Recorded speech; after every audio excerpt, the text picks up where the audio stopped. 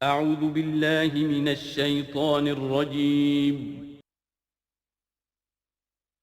بسم الله الرحمن الرحيم.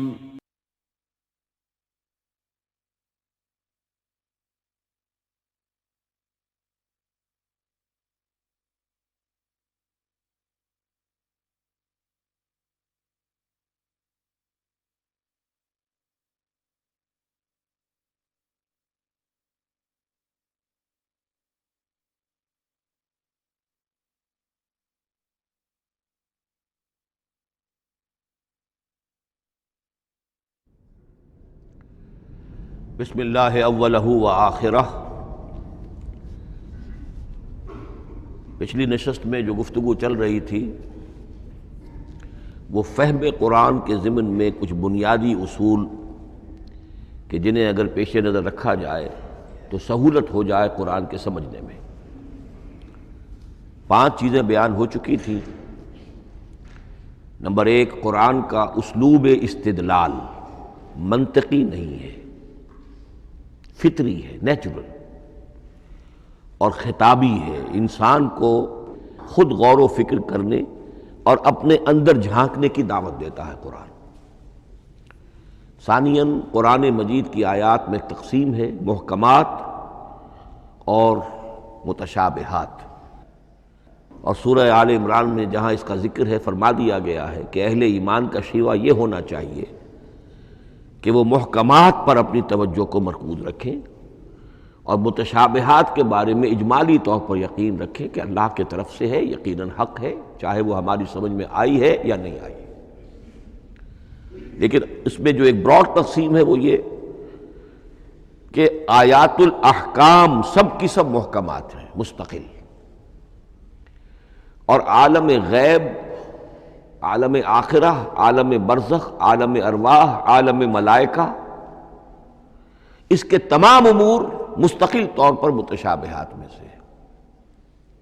البتہ ایک تیسری کیٹیگری ہے کہ جو سائنٹیفک فنومینا کے ضمن میں ہو سکتا ہے کہ ایک شے آج متشابہات میں ہو، کل وہ محکمات میں داخل ہو جائے، جبکہ انسانی علم جو ہے وہاں تک پہنچ جائے اور اس کا ادراک کر سکے۔ نمبر 3، تفسیر زیادہ تر لفظی طور پر اور نحو اور صرف سے بحث کرتی ہے، تعویل کا مقصد ہے اصل مدلول تک پہنچنے کی کوشش کرنا۔ نمبر 4، تعویل میں عام اور خاص کانٹیکسٹ میں، زمان و مکان کے خاص کانٹیکسٹ میں جب قرآن نازل ہوا تو کسی آیت کا کیا اصل مفہوم تھا جو سمجھا گیا۔ اس میں شان نزول کی روایات کو بھی اہمیت حاصل ہوگی۔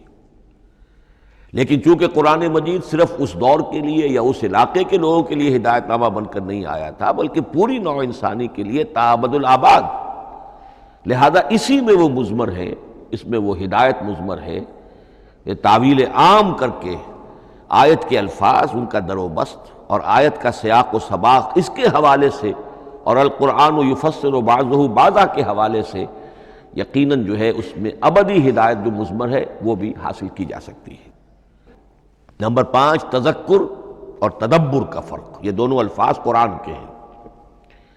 تذکر کے لیے 4 مرتبہ اللہ نے سورہ قمر میں چیلنجنگ انداز میں فرمایا ہے وَلَقَدْ يَسَّرْنَا الْقُرْآنَ لِلذِّكْرِ فَهَلْ مِن مُّدَّكِرٍ، ہم نے قرآن کو ذکر کے لیے، تذکر کے لیے، ہدایت اخذ کرنے کے لیے، بنیادی نصیحت حاصل کرنے کے لیے نہایت آسان بنایا ہے۔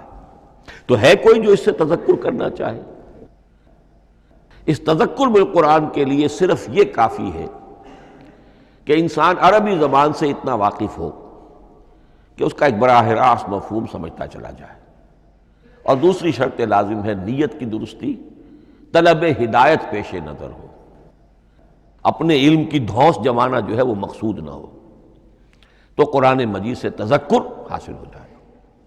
تدبر کے اعتبار سے قرآن مجید مشکل ترین کتاب ہے، بلکہ میں نے اس وقت ایک غلط لفظ استعمال کر دیا تھا، دنیا کی مشکل ترین، یہ دنیا کی کتاب ہے ہی نہیں، یہ تو مشکل ترین کتاب ہے، بہی معنی کہ اللہ تعالیٰ کے علم کامل سے اس کا نزول ہوا ہے، اس علم کا احاطہ کسی انسان کے لیے ممکن نہیں ہے۔ اسی طرح یہ قرآن ایک ایسے سمندر کے مانند ہے جس کا نہ کوئی کنارہ ہے اور نہ ہی اس کی کوئی تہہ ہے۔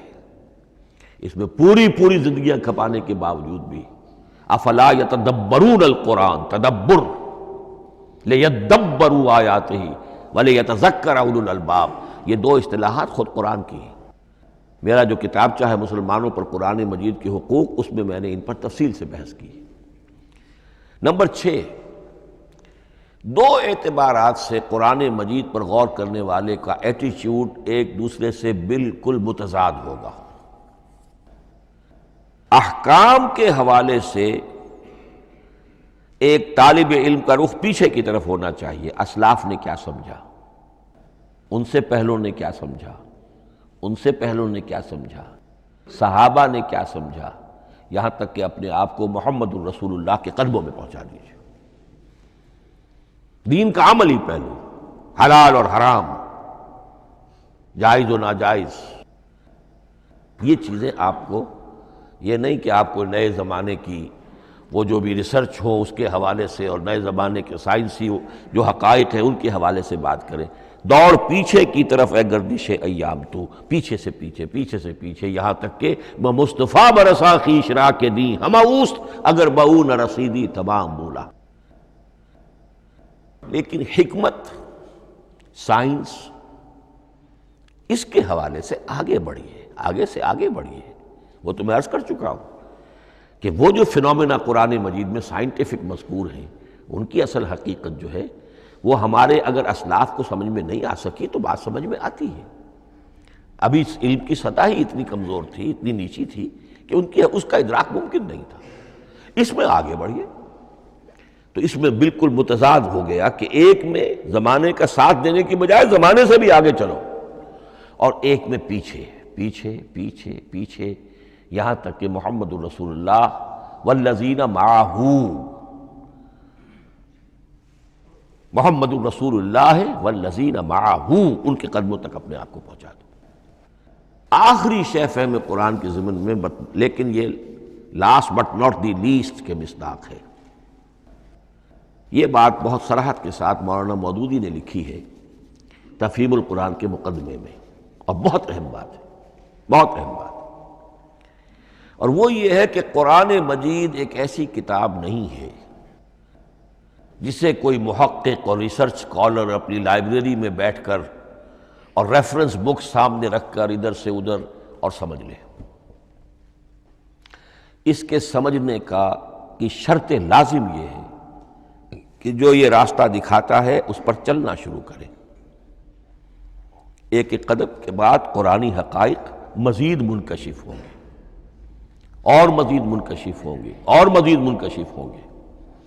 جب تک قرآن مجید کے بتائے ہوئے راستے پر آدمی چلے گا نہیں، قرآن کی اصل حقیقت اس پر کبھی منکشف نہیں ہوگی۔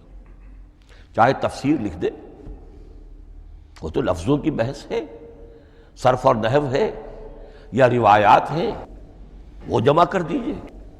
لیکن یہ کہ قرآن مجید کا صحیح فہم عمل کے بغیر ممکن نہیں۔ جیسے قرآن مجید میں آتا زادتہم ایمانا، ایمان بڑھتا ہے، عمل کے ذریعے سے ایمان بڑھتا ہے۔ میں اس میں ایک شے کا اضافہ کر رہا ہوں۔ میرے نزدیک قرآن مجید مینول آف ریولیوشن، محمد عربی صلی اللہ علیہ وسلم نے ایک عظیم انقلاب برپا کیا دنیا میں، اور ایک انقلابی جد و جہد کی ہے۔ دعوت کے قبول کرنے والوں کو منظم کرنا، ان میں سم و طاعت کی عادت پیدا کرنا، پھر ان میں تن من دھن قربان کرنے کا جذبہ پیدا کرنا، پھر ان کا تزکیہ کرنا، ان کی تربیت، پھر جب وہ تیار ہو جائیں تو باطل سے ٹکر، اور اس میں پھر جہاد اور قتال کے مراحل، تاکہ انقلاب آ گیا، اور یہ کہ جاء الحق وزہق الباطل ان الباطل کان زہوقا۔ اس جد و جہد کے ہر مرحلے پر قرآن نازل ہو رہا ہے، جو اس مرحلے کے جو مسائل ہیں، جو اس مرحلے کے پرابلمز ہیں، جو اس مرحلے کی مشکلات ہیں، ان سے بحث کر رہا ہے۔ اب اگر کوئی فرد یا کوئی گروہ اس پروسیس میں وہ داخل ہی نہیں، وہ سمجھ ہی نہیں سکتا کہ یہ جو بات کہی جا رہی ہے اس کا اصل محل کیا ہے، مقام کیا ہے، کیوں کہی جا رہی ہے۔ وہ تو جب اسی قسم کی انقلابی جد و جہد میں کوئی خود مبتلا ہوگا تو اسے معلوم ہوگا یہ تھی وہ مشکل، یا یہ تھا وہ مسئلہ، یا یہ تھا وہ مرحلہ جو اس وقت کی جو جد و جہد تھی محمد الرسول اللہ والذین معہ کی، کہ اس وقت یہ آیات نازل ہوئی۔ اس طریقے سے مینول آف ریولوشن میں کہا کرتا ہوں، چونکہ ہماری جو طب کی تعلیم ہوتی ہے ان میں مینول آف ڈسیکشن سب سے پہلے جو ہے اناٹمی پڑھائی جاتی ہے اور ڈیڈ باڈی کی ڈسیکشن ہوتی ہے، تو مینول آف ڈسیکشن جو ہے وہ پہلی کتاب ہوتی ہے جو ہمیں ملتی ہے۔ یہ ہوتا ہے، بتایا جاتا ہے یہاں ذرا شکاف دو اور یہ کھال کو کاٹو، اس کے اندر تمہیں یہ نظر آئے گا، یہ فیشیا ہے، پھر اسے اس کے اندر ایک اور شگاف دو، یہ نظر آئے گا۔ بالکل اسی طریقے سے قرآن مجید کی انگلی پکڑ کر اگر آپ چلیں گے تو پھر درجہ بدرجہ قرآن آپ پر منکشف ہوتا چلا جائے گا۔ اور اگر آپ نے اسے صرف ایک اکیڈمک ایکسرسائز بنا لیا، ایک علمی بات ہے، اس سے آگے کچھ نہیں، تو قرآن مجید کا جو اصل لب لباب ہے، جو اصل اس کا جوہر ہے، وہ کبھی منکشف نہیں ہوگا۔ اب آئیے ایک اہم موضوع، اعجاز قرآن کے وجوہ کیا ہیں۔ پہلی بات تو یہ سمجھ لیجئے کہ قرآن مجید کی حقانیت پر بنیادی طور پر دو قسم کی دلیلیں ہیں۔ ایک دلیل خارجی ہے، خارجی دلیل محمد الرسول اللہ صلی اللہ علیہ وسلم کی شخصیت اور آپ کا کارنامہ، الصادق الامین، قد لبثت فیکم عمرا، میں تمہارے مابین ایک عمر گزار چکا ہوں، تم نے مجھے دیکھا، میرا کردار دیکھا، تم نے خود مجھے الصادق اور الامین کا جو ہے خطاب دیا، تو خود حضور کی شخصیت دلیل ہے قرآن مجید کی حقانیت پر۔ اس اعتبار سے ایک مضمون بہت اہم ہے، اور وہ یہ کہ قرآن اور محمد صلی اللہ علیہ وسلم اس طرح ایک دوسرے کے ساتھ جڑے ہوئے ہیں، گتھے ہوئے ہیں، ایک وحدت بن گئے ہیں، ایک آرگینک ہول بن گئے ہیں، کہ ایک دوسرے کے لیے شاہد بھی ہے اور ایک دوسرے کے لیے کمپلیمنٹری بھی ہے، جس کے لیے میں دو مقامات سے استشہاد کروں گا۔ سورہ بینہ میں فرمایا لم یکن الذین کفروا من اہل الکتاب والمشرکین منفکین حتی تأتیہم البینہ، اہل کتاب میں سے اور کفار میں سے، مشرکین میں سے جو لوگ جنہوں نے کہ کفر کیا تھا، وہ علیحدہ نہیں کیے جا سکتے تھے جب تک کہ بینہ نہ آ جاتی۔ اب بینہ کیا ہے؟ رسول من اللہ یتلو صحفا مطہرۃ فیہا کتب قیمہ، بینہ دو چیزوں سے مل کر بنی، رسول من اللہ یتلو صحفا مطہرۃ فیہا کتب قیمہ، رسول اور قرآن مل کر بینہ ہے، رسول کی شخصیت بین ہے، اور یہ قرآن مجید کے لیے دلیل ہے۔ دوسری طرف قرآن مجید محمد کی رسالت کا ثبوت ہے، جیسے کہ آپ دیکھتے ہیں یاسین والقرآن الحکیم انک لمن المرسلین، والقرآن الحکیم، قسم ہے اس قرآن حکیم کی، یعنی یہ قرآن حکیم گواہ ہے، شاہد عادل ہے کہ اے محمد آپ اللہ کے رسول ہیں۔ محمد کی شخصیت، حقانیت قرآن پر دلیل، قرآن محمد کی رسالت پر دلیل، ایک دوسرے کے شاہد۔ دوسرا مقام سورہ طلاق کا ہے، قد انزل الیکم ذکرا، دیکھو لوگو اللہ نے تمہارے لیے یاد دہانی ذکر نازل کر دیا ہے۔ وہ یاد دہانی کیا ہے؟ رسولا یتلو علیکم آیات اللہ مبینات، اللہ کا ایک رسول جو تمہیں پڑھ کر سنا رہا ہے اللہ کی آیات بینات۔ یہ دونوں چیزیں مل کر بینہ بنا، دونوں چیزیں مل کر ذکرا بنا۔ اس حوالے سے یہ دونوں چیزیں ایک دوسرے کے ساتھ یوں سمجھیے کہ اس طریقے سے گتھی ہوئی ہیں دونوں حقیقتیں، اس طرح جمع ہیں کہ ایک دوسرے سے جدا نہیں کی جا سکتی۔ اگلی بات یہ سمجھیے کہ قرآن مجید محمد الرسول اللہ کا اصل معجزہ، بلکہ اس سے آگے بڑھ کر ایک لفظ استعمال کروں گا، واحد معجزہ ہے۔ آپ شاید حیران ہو کہ اور بھی تو معجزات بیان ہوتے ہیں حضور کے، لیکن میری بات سمجھیے، غور کیجیے۔ ان واقعات سے مجھے انکار نہیں ہے، لیکن جو بات میں کہنا چاہتا ہوں اس کو اچھی طرح سمجھیے۔ معجزہ کہتے کسے ہیں؟ معجزہ عاجز کر دینے والی شے۔ اس معجزے میں دو چیزیں ہونی لازم ہیں، دعویٰ اور تحدی، چیلنج۔ جب کہ کوئی خرق عادت کوئی شے پیدا ہو جائے، خرق عادت اسے کہتے ہیں کہ فزیکل لا ایک ہے، پانی، واٹر کیپس اٹس سرفیس، حضرت موسیٰ کا عصا اس پر لگا اور سمندر پھٹ گیا، خرق عادت ہے، یعنی جو عادی قانون ہے، عام طور پر جو قوانین طبعیہ ہیں ان کا پھٹ جانا، ختم ہو جانا، ٹوٹ جانا، اور کسی حقیقت کا اس میں سے ظاہر ہو جانا جو ان فزیکل لاز کے خلاف۔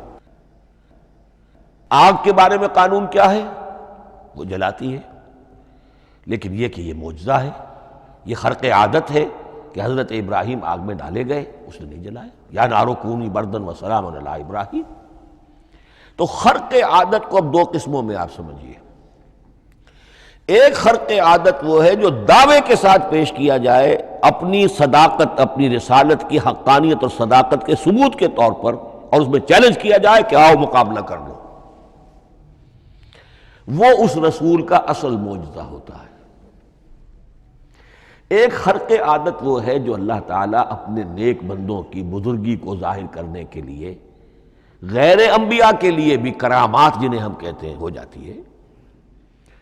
بہت سے صحابہ سے وہ کرامات ثابت ہیں۔ حضرت عمر رضی اللہ تعالی عنہ کو شام کا میدان جنگ دکھا دیا گیا، یا ساریۃ الی الجبل کے الفاظ آپ نے فرمائے۔ ابھی تو ٹیلی ویژن کہیں نہیں تھا، ابھی یہ سارے وسائل و ذرائع موجود نہیں تھے، یہ خرق عادت ہے۔ غیر نبی کے لیے اسے ہم کہیں گے کہ یہ کرامات ہے۔ نبی کے لیے لفظ معجزہ اختیار کر لیا جاتا ہے، لیکن معجزہ اس کو نہیں کہنا چاہیے، اصل میں یہ بھی نبی کے لیے کرامات کے درجے کی شے ہے جو اس سے بلند ہے۔ معجزہ وہ ہے جسے کوئی نبی دلیل کے طور پر پیش کرے اور اس پر چیلنج کرے کہ آؤ اور مقابلہ کرو۔ مثلا حضرت موسیٰ علیہ السلام کو دو معجزے دیے گئے، اور اس میں سے جو سانپ بن جانا تھا لاٹھی کا، وہ معجزہ ہے جس پر چیلنج بھی آیا اور ساحروں سے مقابلہ بھی کیا، اور ساحر شکست کھا گئے، عاجز آ گئے۔ القی السحرۃ ساجدین، وہ سارے جادوگر جو ہیں فوری طور پر بے اختیار سجدے میں گر گئے۔ آمنا برب موسیٰ و ہارون، ہم ایمان لے آئے موسیٰ اور ہارون کے رب پر۔ یہ معجزہ ہے۔ اس معنی میں محمد الرسول اللہ صلی اللہ علیہ وسلم کا معجزہ صرف قرآن حکیم۔ قرآن مجید میں آپ سورہ انعام میں بھی دیکھیں گے بہت ہی شدت کے ساتھ، سورہ بنی اسرائیل میں دیکھیں گے بڑی تفصیل کے ساتھ معجزے طلب کیے گئے۔ آپ اس مکے کی سرزمین میں ابھی ہمارے دیکھتے ہی دیکھتے چشمہ نکال دیجئے، ہم مان لیں گے آپ اللہ کے رسول ہیں۔ آپ ہماری نگاہوں کے سامنے آسمان پر چڑھ کر دکھائیے، پھر وہاں سے کتاب لے کر اتریے، پھر ہم سمجھ لیں گے آپ اللہ کے رسول ہیں۔ آپ کے لیے چشم زدن میں کوئی محل سونے کا چاندی کا تیار ہو جائے، مان لیں گے آپ کو اللہ کے رسول ہیں۔ آپ اس بے آب و گیا وادی میں فوراً ایک باغ جو ہے اپنے لیے بنا کے دکھا دیں، مان لیں گے کہ آپ اللہ کے رسول ہیں۔ ایسے تمام مطالبات پر اللہ تعالیٰ کی طرف سے کوڑا جواب ملا، اللہ اس قسم کی کوئی شے نہیں دکھائے گا۔ بلکہ سورہ انعام جب ہم پڑھیں گے وہاں تو بہت ہی واقعہ یہ ہے کہ اس کو پڑھ کر رقت طاری ہوتی ہے کہ ایک موقع پر ایسا محسوس ہوتا ہے کہ حضور صلی اللہ علیہ وسلم کی طبیعت مبارکہ میں یہ خیال پیدا ہو گیا کہ اللہ کو ایسی شے کو دکھائی دی جائے تاکہ چپ تو ہو جائے، نہ بھی مانیں گے چپ تو ہوں گے، ورنہ تو عوام کے سامنے ان کی دلیل مجھ پر قائم ہو رہی ہے کہ بھائی یہ رسالت کے مدعی ہے، ہم کہتے ہیں معجزہ دکھاؤ، معجزہ نہیں دکھاتے، تو پوزیشن میری جو ہے کمزور ہو رہی ہے۔ وہاں جس انداز میں اللہ نے کہا ہے، ہرگز نہیں، اے نبی اگر آپ کے اختیار میں ہے تو کہیں آسمان پر سیڑھی لگا لیجئے، یا زمین میں سرنگ لگا کے کوئی معجزہ لا سکتے ہو تو لے آئیے، ہم نہیں دکھائیں گے۔ لقت طاری ہوتی ہے۔ تو حضور کا معجزہ اس معنی میں صرف ایک ہے اور وہ قرآن ہے۔ اچھا، اس کے لیے کیسے کیسے چیلنج کیے گئے؟ ام یقولون تقولہ بل لا یؤمنون فلیاتوا بحدیث مثلہ ان کانوا صادقین، سورۃ الطور۔ کیا ان لوگوں کا کہنا یہ ہے کہ یہ کلام خود محمد نے موضوع کر لیا ہے صلی اللہ علیہ وسلم؟ تو اگر ایسی بات ہے تو وہ بھی ایسا ہی کلام پیش کر دیں۔ تحدی، اس چیلنج کو کوئی قبول نہیں کر سکا۔ کم سے کم اس شرافت کا اقرار کرنا پڑتا ہے کہ اس وقت عرب قوم میں یہ شرافت تھی کہ کسی نے اٹیمپٹ بھی نہیں کی، ورنہ کوئی شخص الٹی سیدھی عبارت لکھ کر لے آتا اور کھڑا ہو کر کہہ دیتا کہ ٹھیک میں کہتا ہوں یہ ہے، یہ قرآن کی طرح کا کلام ہے۔ نہیں، کسی نے نہیں کیا۔ تاریخ یہ بتاتی ہے کہ اس تحدی کا کوئی کسی نے قبول نہیں کیا۔ اسی طرح فرمایا سورہ بنی اسرائیل میں قُلْ لَئِنِ اجْتَمَعَتِ الْإِنسُ وَالْجِنُّ عَلَىٰ أَن يَأْتُوا بِمِثْلِ هَٰذَا الْقُرْآنِ لَا يَأْتُونَ بِمِثْلِهِ وَلَوْ كَانَ بَعْضُهُمْ لِبَعْضٍ ظَهِيرًا۔ چیلنج ہے، اے نبی کہہ دیجئے اگر تمام انسان، تمام جن مل کر بھی چاہیں کہ ایسی کوئی کتاب وہ مرتب کر لیں، نہیں کر سکیں گے، چاہے وہ سب کے سب ایک دوسرے کی مدد کریں۔ ہے کہ نہیں چیلنج؟ اسی طریقے سے سورہ ہود میں فرمایا، اب اس کو کہتے ہیں برسبیل تنزل، پوری کتاب نہیں لا سکتے قرآن جیسی، چلو تو 10 سورتیں ہی لے آؤ۔ قُلْ فَاتُوا بِعَشْرِ سُوَرٍ مِثْلَهُ مُفْتَرَيَاتٍ، اے کہیے اے نبی، سورہ ہود کی آیت نمبر 13 ہے، اس جیسی کوئی 10 سورتیں ہی لے آؤ۔ 114 نہ صحیح، 10 صحیح۔ یہ بھی نہیں ہوا تو برسبیل تنزل اور سورہ یونس میں فرمایا قُلْ فَاتُوا بِسُورَةٍ مِّن مِثْلِهِ، ایک سورت ہی لے آؤ۔ اور اسی کو سورہ بقرہ کے 30 رکوع میں دہرایا گیا، وَإِن كُنتُمْ فِي رَيْبٍ مِّمَّا نَزَّلْنَا عَلَىٰ عَبْدِنَا فَأْتُوا بِسُورَةٍ مِّن مِّثْلِهِ وَادْعُوا شُهَدَاءَكُم مِّن دُونِ اللَّهِ إِن كُنتُمْ صَادِقِينَ۔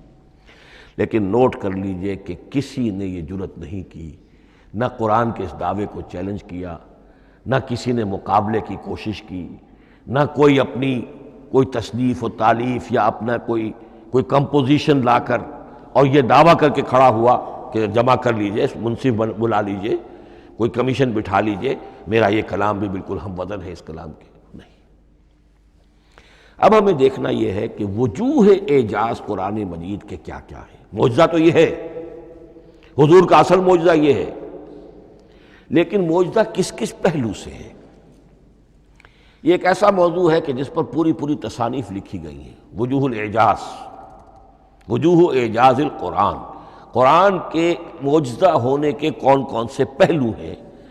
اس کا واقعہ یہ ہے کہ احسان ناممکن ہے، اور جیسے جیسے زمانہ آگے بڑھے گا اس کے اور پہلو واضح ہوتے جائیں گے۔ سنوریہم آیاتنا فی الآفاق وفی انفسہم حتی یتبین لہم انہ الحق۔ لیکن یہ کہ کس کس پہلو سے یہ معجزہ ہے، چند موٹی موٹی باتیں ضرور سمجھ لیجئے۔ لغت، ادب، فصاحت، بلاغت، عذوبت، مٹھاس، اس کے اعتبار سے قرآن معجزہ ہے۔ لیکن اس اعتبار سے قرآن معجزہ ہے یا تو تھا اپنے زمانے کے عربوں کے لیے، غیر عرب کے لیے تو نہیں تھا۔ غیر عرب جو ہے قرآن مجید کی جو بھی فصاحت و بلاغت ہے، اس کا جو لٹریری بیوٹی ہے، اس کو تو وہ اپریشیٹ نہیں کر سکتا تھا۔ یہ حصہ جو ہے یا تو عربوں کے لیے تھا اس وقت دائمی، یا آج بھی عرب کچھ نہ کچھ، بہرحال عربی ان کی زبان ہے، وہ پڑھتے ہیں، جیسا کہ میں نے عرض کیا تھا، چاہے عیسائی ہوں اور چاہے یہودی ہوں، وہ بھی اپنے ہاں لٹریچر کی، عربی لٹریچر کی ہائیسٹ کتاب کی حیثیت سے قرآن مجید کو پڑھانے پر مجبور ہے۔ ایک پہلو اس کا یہ ہے، اور اسی کے حوالے سے نوٹ کیجئے حضرت لبید رضی اللہ تعالی عنہ، یہ سبع معلقہ کے شعراء میں سے تھے آخری۔ عربوں میں چونکہ اس کا بڑا چرچا تھا شاعری کا، تو ان کا جو سالانہ جشن ایک ہوتا تھا، اس میں وہ بہت بڑے بڑے شعراء سب جمع ہوتے تھے، اپنے اپنے قصیدے پڑھتے تھے، اور جس کا قصیدہ سمجھا جاتا تھا کہ سب سے اعلیٰ ہے، سب سے بلند ہے، سب سے عمدہ ہے، اب اسے اس سال کے لیے وہ گویا کہ ملک الشعراء اس کو مانا جاتا تھا کہ یہ شاعروں کا بادشاہ ہے، اور تمام شاعر اسے سجدہ کرتے تھے بالفعل۔ اور اس کے قصیدے کو کعبے کی دیوار کے ساتھ ٹانگ دیا جاتا تھا، معلق کر دیا جاتا تھا۔ ایسے 7 قصیدے ہیں جن کے مجموعے کا نام ہے 7 معلقہ۔ اس 7 معلقہ جو ہیں، 7 جو سلسلے ہیں، ان میں آخری حضرت لبید کا ہے، وہ ایمان لے آئے۔ ایمان لانے کے بعد انہوں نے شعر کہنا چھوڑ دیا۔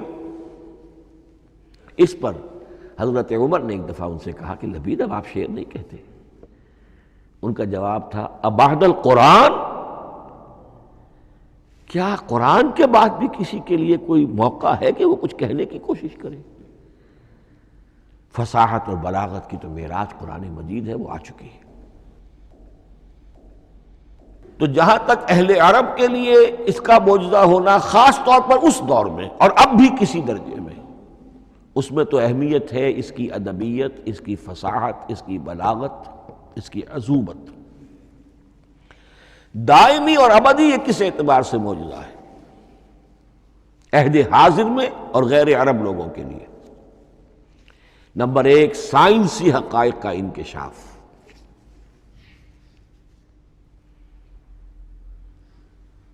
جس طریقے سے کہ یہ سائنسی حقائق منکشف ہوتے چلے جا رہے ہیں ابدی طور پر، میں ڈاکٹر مورس بکائی کا حوالہ دے چکا ہوں اور پروفیسر ڈاکٹر کیتھل مور کا حوالہ دے چکا ہوں، ان کو ذہن میں رکھیے۔ سنریہم آیاتنا فی الآفاق وفی انفسہم حتی یتبین لہم انہ الحق۔ نمبر 2، حضور کا وہ کارنامہ کہ آپ نے ایک عظیم انقلاب برپا کر کے دکھایا اور وہ نظام قائم کر کے دکھایا کہ جس سے بہتر، جس سے عادلانہ، جس سے زیادہ منصفانہ کوئی نظام دنیا میں نہ آج تک قائم ہوا ہے اور نہ اس کی کوئی دوسری نظیر پیش کی جا سکتی۔ یہ ہے سب سے بڑا معجزہ، اور معجزہ ہوا قرآن سے۔ اتر کر حرا سے سوئے قوم آیا اور ایک نسخہ کیمیا ساتھ لایا۔ یہ سارا معجزہ، جیسا کہ میں نے شروع میں عرض کیا ہے، محمد اور قرآن دونوں مل کر بینہ بھی ہے تو رسول من اللہ یتلو صحفا مطہرۃ فیہا کتب قیمہ، اور قد انزل الیکم ذکرا رسولا یتلو علیکم آیات اللہ المبینات۔ یہ معجزہ جو ہے، جس کے حوالے سے دنیا میں بڑی بڑی شخصیات نے شہادت دی۔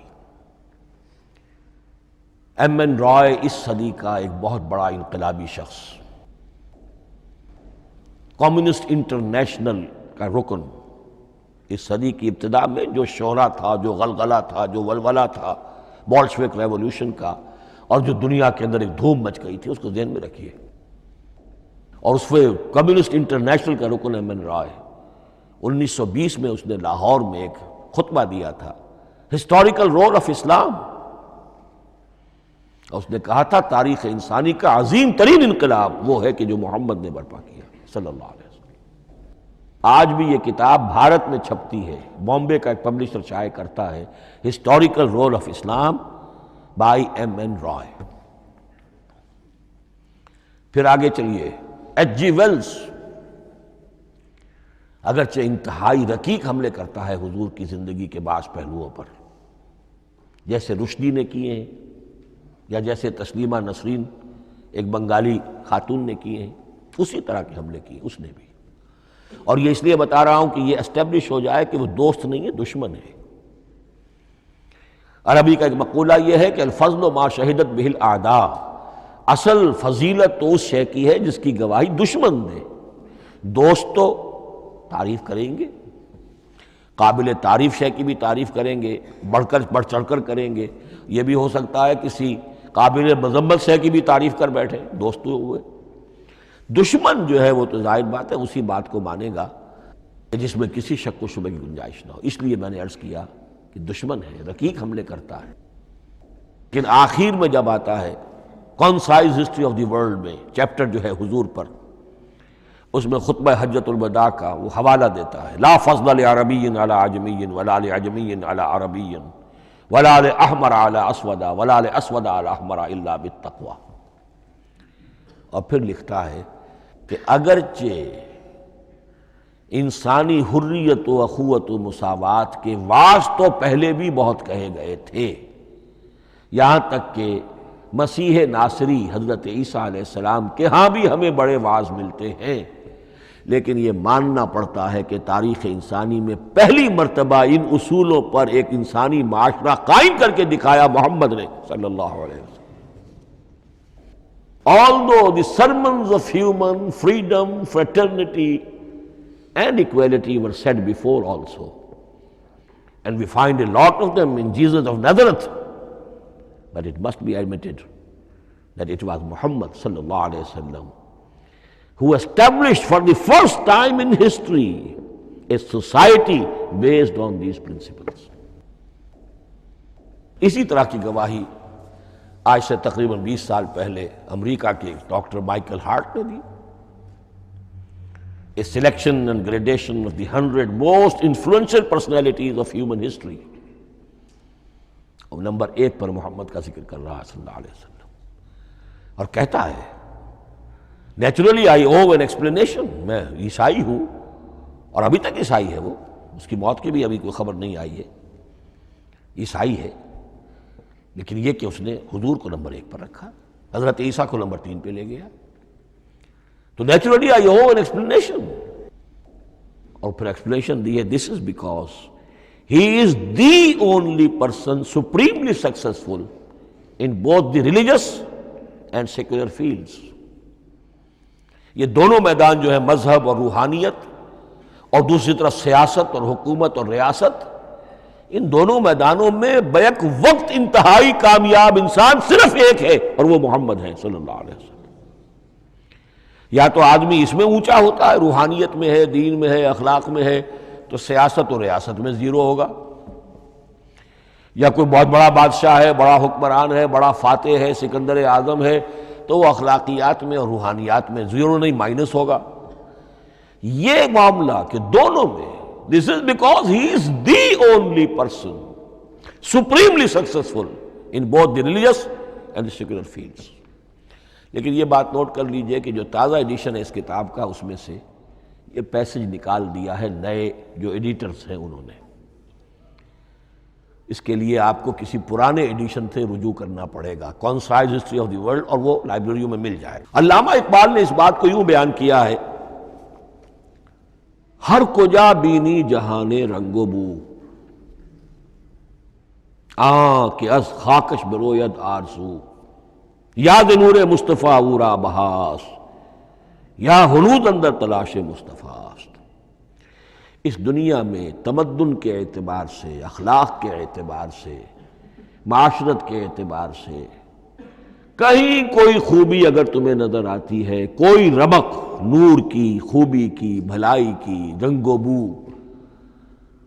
جان لو کہ یا تو وہ نور محمدی سے مستعار لی گئی ہے، اور یا ابھی تک انسان ابھی محمد کی تلاش میں ہے، ادھر جا رہا ہے، قافلہ ادھر جا رہا ہے، نوع انسانی کا چاروں ناچار ادھر جا رہا ہے. سوشل ایولیوشن کا پروسیس انسان کو افراط و تفرید کے دھکوں کے باوجود تدریجاً لے کر جا رہا ہے بحیثیت مجموعی پوری مین کائنڈ کو اسی بات کی طرف کہ جس کی طرف دعوت دی تھی محمد رسول اللہ صلی اللہ علیہ وسلم. ہر کجا بینی جہان رنگ و بو، کہ از خاکش بروید آرزو، یا ز نور مصطفیٰ اورا بہاست، یا ہنود اندر تلاش مصطفیٰ است. اسی اعتبار سے میں ایک بات اور کہہ رہا ہوں، اس پہلو سے واقعہ یہ ہے کہ میرے نزدیک اس دور میں اعجاز قرآن کی سب سے بڑی نمائندہ شخصیت، اعجاز قرآن کا سب سے بڑا مظہر علامہ اقبال کی ذات ہے. 20ویں صدی کا مفکر، فلسفی، مشرق و مغرب کے فلسفے پڑھ چکا، قدیم اور جدید فلسفہ سب کا مطالعہ کیا، اور اس کے بعد اس کو قرآن کی حقانیت پر جو یقین نظر آیا ہے، قرآن کی عظمت جس طرح اس پر منکشف ہوئی ہے، وہ واقعہ یہ ہے کہ مجھے کم سے کم اپنی محدود معلومات کی حد تک عظمت قرآن کا وہ انکشاف کسی دوسرے شخص پر نظر نہیں آتا. انہوں نے جس طریقے سے مرثیے کہے ہیں کہ مسلمان قوم نے کس طرح قرآن کو چھوڑا ہوا ہے، واعظ ہے تو قرآن سے نہیں، کہیں اور سے۔ تربیت اور تزکیہ نفس ہے تو اس کا تعلق قرآن سے نہیں، وہ بھی کچھ اور مستعار چیزیں ادھر سے ادھر سے لے لی ہیں۔ فلسفے ہیں تو کہیں اور سے لے لیے ہیں، قرآن سے حکمت جو ہے وہ اخذ نہیں کی گئی ہے۔ کیسے کیسے انہوں نے عظمت قرآن کا جو انکشاف ان پر ہوا اس کی تعبیر کی ہے۔ کتاب زندہ قرآن حکیم، حکمت او لا یزا نست و قدیم، حرف اورا ریب نئے، تبدیل نئے، آیا شرمندہ تعویل نئے، فاش گویا ماں سے در دل مضمر است، یہ کتابیں نیز چیزیں دیگر است، مثل حق پنہاؤ ہم پیداستو، زندہ و پائندہ و گویاستو، چون بجاں در رفت جہاں دیگر شود، جہاں چو دیگر شد جہاں دیگر شود۔ میں اس میں خاص طور پر دو اشعار آپ کو اس وقت سنانا چاہتا ہوں۔ انہوں نے حضور سے مناجات کرتے ہوئے دو اشعار کہیں، اس سے آپ کو اندازہ ہوگا کہ انہیں کتنا یقین تھا کہ میرے سارے فکر کا منبع قرآن حکیم ہے۔ کہتے ہیں گر دلم آئینہ بے جوہر است، اے اللہ کے رسول صلی اللہ علیہ وسلم، اگر میرا دل اس آئینے کے مانند ہے جس میں چمک نہیں ہے، ورب حرفم غیر قرآن مضمر است، اور اگر میرے پیغام میں قرآن کے سوا کوئی شے شامل ہو گئی ہے، قرآن کے سوا کوئی چیز اس میں چھپی ہوئی ہے، مضمر ہے، پردہ ناموس فکرم چاک کن، تو میرے فکر کی ناموس کے دھجیاں بکھیر دیجئے۔ پردہ ناموس فکرم چاک کن، این خیاباں راز خارم پاک کن، اس شاہراہ کو اس کانٹے سے پاک کر دیجئے، کانٹا میرا، میں کانٹے کے مانند ہوں، پھر اٹھا کر پھینک دیجئے۔ روز محشر خار و رسوا کن مرا، بے نصیب از بوسہ پاک کن مرا، قیامت کے دن مجھے ذلیل و خوار کیجیے گا اور اپنے قدموں، اپنے پائے مبارک کا بوسہ لینے سے محروم کر دیجیے گا۔ یہ اتنی بڑی بد دعا جو اقبال اپنے آپ کو دے رہا ہے، تو کس قدر یقین اسے حاصل ہے کہ اس نے قرآن کی ترجمانی کی ہے۔ اب آئیے، بہت چھوٹے چھوٹے دو اور مضمون ہیں۔ قرآن حبل اللہ ہے، اس کے کیا معنی ہے؟ حبل رسی کو کہتے ہیں، اللہ کی رسی۔ حبل من مسد، سورہ لہب میں یہ لفظ آیا ہے۔ امام راغب نے اس کی تعبیر کی ہے، استعیر للوصل ولکل ما یتوصل به الی شیء، یا تو تعلق کو حبل سے استعارہ دیا جاتا ہے، استعارے کے طور پر حبل کا لفظ کسی تعلق کے لیے استعمال ہوتا ہے، یا کسی شے تک پہنچنے کا ذریعہ، وہ حبل ہے۔ اب یہ ہمیں لفظ ملتا ہے حضرت علی رضی اللہ تعالیٰ عنہ کی روایت میں، هو حبل اللہ المتین، ترمذی میں یہ الفاظ موجود ہیں، حضرت علی سے منقول ہے رضی اللہ تعالیٰ عنہ، یہی ہے اللہ کی مضبوط رسی۔ کیونکہ قرآن مجید میں آتا ہے وَاعْتَصِمُوا بِحَبْلِ اللَّهِ جَمِيعًا، تو حبل اللہ کون سی ہے؟ پھر یہ حضرت عبداللہ ابن عمر سے بھی ہے، یہ روایت موجود ہے رزین میں، هو حبل اللہ المتین، یہ قرآن ہی اللہ کی مضبوط رسی ہے۔ اللہ سے اب اس کے دو پہلو ہیں، ایک تو یہ کہ یہ اللہ سے جوڑنے والی ہے، تقرب اللہ کا ذریعہ ہے، وصول الشیء، کسی چیز تک پہنچانے والی شے، اس کا سہل ترین، اللہ کے تقرب کا سہل ترین ذریعہ، مؤثر ترین ذریعہ قرآن حکیم ہے۔ چنانچہ ترمذی میں حضرت عبداللہ ابن مسعود کا یہ قول موجود ہے، القرآن حبل اللہ الممدود من السماء الی الارض، قرآن تو اللہ کی وہ رسی ہے جو تنی ہوئی ہے آسمان سے زمین کی طرف۔ یہ ترمذی میں تو اصل میں اثر ہے، حضرت عبداللہ ابن مسعود کا قول ہے، لیکن یہ کہ زید ابن ارقم سے یہ الفاظ جو ہیں مرفوعاً کہ یہ حضور کے الفاظ ہیں، یہ بھی منقول ہے کہ حضور نے فرمایا کہ القرآن حبل اللہ الممدود من السماء الی الارض۔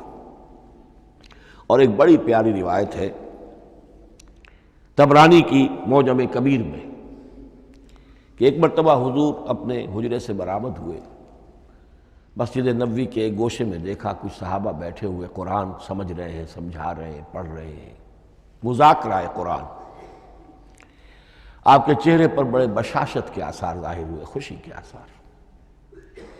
آپ چل کر تشریف لائے، پہلے ایک سوال کیا، الستم تشہدون اللہ الہ الا اللہ وانی رسول اللہ وہذا القرآن جاء من عند اللہ، کیا آپ لوگ اس کے گواہ نہیں ہیں کہ اللہ کے سوا کوئی معبود نہیں اور میں اللہ کا رسول ہوں، اور یہ قرآن خاص اللہ کے پاس سے آیا ہے؟ صحابہ کا جواب کیا ہو سکتا تھا؟ بلا یا رسول اللہ، کیوں نہیں اللہ کے رسول، ہم گواہ ہیں، اللہ کے سوا کوئی معبود نہیں، آپ اللہ کے رسول ہیں اور قرآن خاص اللہ کے پاس سے آیا ہے۔ اب آپ نے فرمایا فاستبشروا، خوشیاں مناؤ، فإن هذا القرآن طرفه بأيديكم وطرفه بيد اللہ، اس لیے کہ یہ قرآن وہ شے ہے کہ اس کا ایک سرا تمہارے ہاتھ میں ہے، ایک سرا اللہ کے ہاتھ میں۔ تو وصول الی اللہ کا مؤثر ترین طریقہ، تقرب الی اللہ کا مؤثر ترین طریقہ، سہل ترین طریقہ، شور شوٹ طریقہ وہ قرآن مجید ہے۔ اس اعتبار سے بھی کہ ہے یہ اللہ کی صفت، یہ ہم بحث کر چکے ہیں پہلے، اللہ کا کلام ہے، کلام صفت ہوتی ہے، اور صفت لا عین ولا غیر، یہ قرآن اللہ کا غیر نہیں ہے، ہم سمجھ نہیں سکتے، لیکن یہ کہ ہر صفت جو ہے وہ تو در حقیقت نہ عین ہے نہ غیر ہے۔ دوسری طرف یہی قرآن جو ہے حبل اللہ اس معنی میں بنتا ہے کہ مسلمانوں کو باہم جوڑنے والی شے، وَاعْتَصِمُوا بِحَبْلِ اللَّهِ جَمِيعًا وَلَا تَفَرَّقُوا، حبل اللہ کو مضبوطی کے ساتھ تھام لو، سب کے سب جمع ہو کر، یہ تمہیں تفرقے سے بچانے والی شے ہے۔ اس کی وجہ کیا ہے؟ ظاہر بات ہے کہ انسانوں جو ہے ان کے اندر اتحاد پیدا ہوگا اتحاد فکری کے نتیجے میں، فکر ایک ہو، نظریات ایک ہوں، ویلیوز ایک ہوں، مقاصد ایک ہوں، تبھی تو انسان متحد ہوں گے۔ یہ بھیڑوں کا غلہ تو نہیں ہے کہ چرواہے کی ایک لاٹھی کافی ہے ان کو جمع رکھنے کے لیے، وہ بھیڑوں کا غلہ ہے۔ انسانوں کو جمع کرنے کے لیے کوئی ایسی شے جو تمہیں ایک فکر سے، ایک نظریے سے، ایک مقصد سے، ایک نصب العین سے متصف کر دے، وہ تمہیں جوڑ دے گی۔ اور قرآن وہ شے ہے جو ایک فکر دیتا ہے، ایک خیال دیتا ہے، ایک نظریہ دیتا ہے، ایک عقیدہ دیتا ہے، ایک مقصد دیتا ہے، ایک نصب العین دیتا ہے، اللہ کے لیے جینا، اللہ کے لیے مرنا، ان صلاتی و نسکی و محیایا و مماتی للہ رب العالمین، ایک آئیڈیل دیتا ہے محمد الرسول اللہ کی شکل میں، لقد کان لکم فی رسول اللہ اسوۃ حسنہ۔ اب قرآن وہ چیز ہے کہ جو تمہیں آپس میں جوڑتی چلی جائے گی، تمہارے درمیان اتحاد پیدا ہو جائے گی۔ آخری چیز، مسلمانوں پر قرآن مجید کے حقوق کیا ہیں؟ یہ صرف اشارہ کروں گا اس لیے کہ اس پر میرا کتابچہ موجود ہے، اور اس کتابچے کو اللہ تعالیٰ نے بہت قبول عام عطا فرمایا۔ اس کا انگریزی ترجمہ کیا ایک صاحب نے، از خود کیا، خود ہی ٹائپ کیا، خود ہی چھپوایا۔ عربی ترجمہ ایک صاحب نے کیا، خود کیا۔ فارسی ترجمہ ایک صاحب نے کیا، خود کیا، بغیر کسی معاوضے کے۔ ملیشیا میں وہ چھپ چکا ہے، لاکھوں کی تعداد میں عام ہو چکا ہے۔ پھر میں نے ایک موقع پر 1970 میں رمضان مبارک کے دوران آخری عشرے میں مولانا بن نوری رحمۃ اللہ علیہ تشریف لائے ہوئے تھے مدینہ منورہ، اور میں نے بھی وہ پورا رمضان مبارک اس سال وہیں کیا تھا۔ میں نے ان کو دیا تھا کہ آپ دیکھیے اس میں کوئی غلطی ہو تو مجھے بتا دیجئے، میں اسے بڑے پیمانے پر شائع کرنا چاہتا ہوں۔ انہوں نے حالت اعتکاف میں مسجد نبوی میں پڑھا ہے، صرف ایک جگہ ایک جملے میں انہوں نے اصلاح تجویز کی، وہ میں نے کر دی۔ اس اعتبار سے اب یہ کتابچہ جو ہے مصدقہ ہے مولانا محمد یوسف بن نوری رحمۃ اللہ علیہ کا۔ اس میں اللہ تعالیٰ نے جو بات مجھ سے کہلوا دی تھی، تقریباً 30 سال پہلے کی بات ہے، ہر مسلمان پر قرآن مجید کے 5 حقوق حسب استعداد و توفیق عائد ہوتے ہیں۔ پہلے یہ کہ اس پر ایمان ہو جیسا کہ ایمان کا حق ہے، صرف زبانی ایمان نہیں، دل سے یقین کہ یہ اللہ کا کلام ہے۔ اور اس کا نتیجہ کیا ہوگا؟ پھر عظمت اس کی پیدا ہوگی، ایمان و تعظیم، یہ پہلا حق ہے۔ تلاوت و ترتیل، اس کو پڑھے جیسے کہ پڑھنے کا حق ہے، پھر سمجھے جیسے کہ سمجھنے کا حق ہے، تذکر و تدبر، پھر عمل کرے، انفرادی طور پر بھی اجتماعی طور پر بھی۔ انفرادی طور پر جو آپ کی زندگی کے معاملات ہیں وہ آپ قرآن کے مطابق طے کریں، قومی سطح پر حکومت اور ریاست اور قانون اور سیاست، اس کے سارے تقاضے قرآن کے مطابق پورے ہوں، اور آخری یہ کہ اس قرآن کو پہنچائیں اور عام کریں، جس کے لیے حضور نے اس حد تک اس میں عمومیت کر دی ہے کہ بلغوا انی ولو آیۃ، پہنچاؤ میری جانب سے خواہ ایک ہی آیت پہنچاؤ، میرا کوئی امتی اس سعادت سے بالکل محروم نہ رہ جائے۔ اول تو خیرکم من تعلم القرآن وعلمہ، تم میں سے بہترین لوگ وہ ہیں جو اسی کے لیے اپنے آپ کو وقف کر دیں، قرآن پڑھیں اور پڑھائیں، سیکھیں اور سکھائیں، سمجھیں اور سمجھائیں۔ اس لیے کہ سمجھنے اور سمجھانے، سیکھنے اور سکھانے، پڑھنے اور پڑھانے کا بھی کوئی ایک لیول تو نہیں ہے، ایک عام لوگوں کی سطح ہے، ایک ان سے اوپر کی سطح ہے، ایک انٹلیکچوئلز کی سطح ہے، ایک جینیس لوگوں کی سطح ہے۔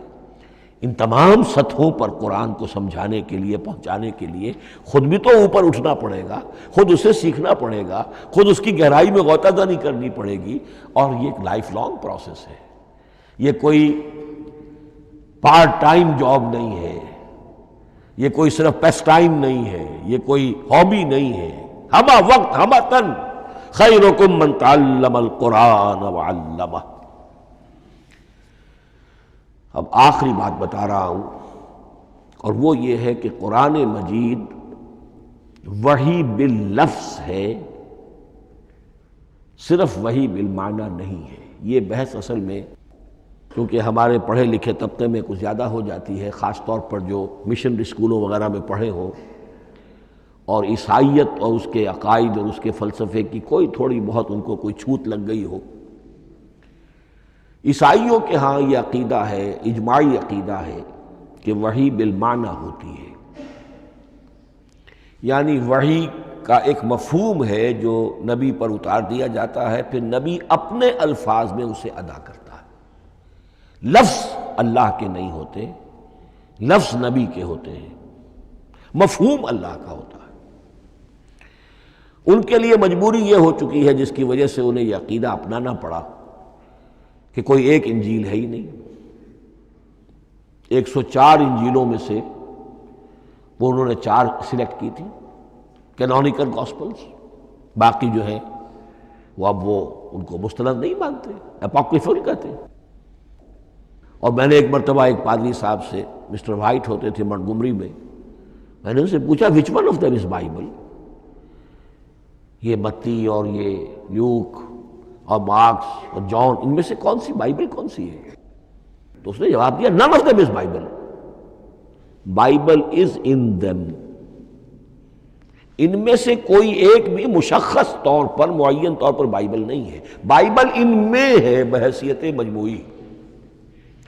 لہذا ان کے لیے یہ عقیدہ جو ہے وہ لازم سا ہو گیا۔ ہمارے ہاں بھی بعض فلاسفہ نے اس قسم کی باتیں کی ہے کہ جن سے یہ دھوکہ لگتا ہے، لیکن میں خاص طور پہ چونکہ علامہ اقبال کا تذکرہ میں نے آج کیا ہے، اسی حوالے سے میں ان کا ایک واقعہ بیان کرنا چاہتا ہوں۔ ایف سی کالج لاہور کے پرنسپل تھے ڈاکٹر یوئنگ، ایک دعوت تھی، اس میں علامہ بھی تھے، وہ بھی تھے۔ تو ڈاکٹر یوئنگ نے کہا، وہ بڑا فلسفی تھا، کہ ڈاکٹر اقبال ہم نے سنا ہے کہ آپ بھی وحی باللفظ کے قائل ہیں، آپ جیسا پڑھا لکھا شخص، عالم دانا۔ علامہ اقبال نے فرمایا جی ہاں، اور مجھے تو اس کا ذاتی تجربہ ہے، مجھ پر تو جو شعر نازل ہوتے ہیں وہ الفاظ میں ڈھلے ہوئے ہوتے ہیں، میں ان میں تبدیلی کرنا چاہوں تو نہیں کر سکتا۔ تو اگرچہ اس سوال، اس جواب کو ہم کہیں گے کہ یہ الاجوبۃ المسکتہ، مسکت، چپ کر دینے والا جواب تھا کہ جو علامہ اقبال نے دیا، لیکن ذہن میں رکھیے یہ کہ جو وحی باللفظ ہے وہ ختم ہو چکی محمد الرسول اللہ صلی اللہ علیہ وسلم پر۔ وہی یہ رسالت وہی باللفظ ہے، وہ ختم ہو چکی۔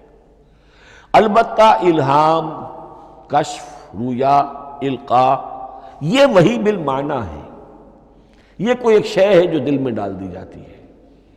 اس کے دروازے آج بھی کھلے ہوئے ہیں، اور یہ جان لیجئے قرآن مجید کی حقانیت کا جو اصل ثبوت ہے وہ یہ ہے کہ آپ اسے اپنے باطن کے اندر محسوس کریں۔ یہ جو باطنی تجربہ علامہ اقبال نے کہا ہے کہ انسان اپنے باطن میں محسوس کرے کہ ہاں یہ بات ہے، ٹھیک ہے۔ اس کے لیے کہ علامہ ابن قیم رحمۃ اللہ علیہ کا قول ایسا ہے، بڑا پیارا قول ہے، قرآن کے کچھ پڑھنے والے ایسے ہیں جب قرآن کو پڑھتے ہیں تو یوں محسوس کرتے ہیں کہ ہم مصحف سے نہیں پڑھ رہے، لوح قلب سے پڑھ رہے ہیں، ہمارے دل پر لکھا ہوا قرآن موجود ہے۔ یعنی ہماری فطرت، ہمارے اندر کی کوئی حقیقت ہے جو سرٹیفائی کر رہی ہے، توثیق کر رہی ہے، اٹیسٹ کر رہی ہے کہ ہاں یہ ٹھیک ہے۔ اور اس کی وجہ کیا ہے؟ ہماری روح اور اس قرآن کا منبع وہ ایک ہی ہے، وہ ذات باری تعالیٰ ہے۔ یہ کلام اللہ ہے اور ہماری روح امر اللہ۔ یسألونک عن الروح قل الروح من امر ربی وما اوتیتم من العلم الا قلیلا۔ بس میں اسی پر اکتفا کر رہا ہوں۔ اب گمان غالب یہی ہے کہ کل تو تراویح ہوگی انشاءاللہ، اس لیے کہ سنا یہ ہے کہ آج بھی روزہ تھا سعودی عرب میں، تو اب اس سے زیادہ تو تاخیر اب ممکن نہیں ہے، تو کل انشاءاللہ تعالی دورہ ترجمہ قرآن شروع ہو جائے گا۔ بارک اللہ لی ولکم فی القرآن العظیم ونفعنی وإیاکم بالآیات والذکر الحکیم۔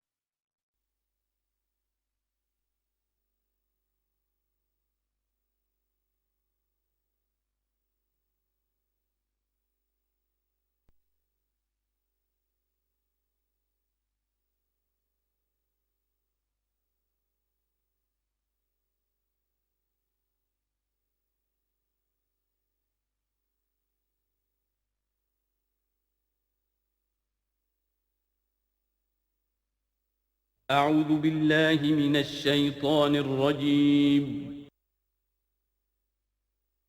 بسم الله الرحمن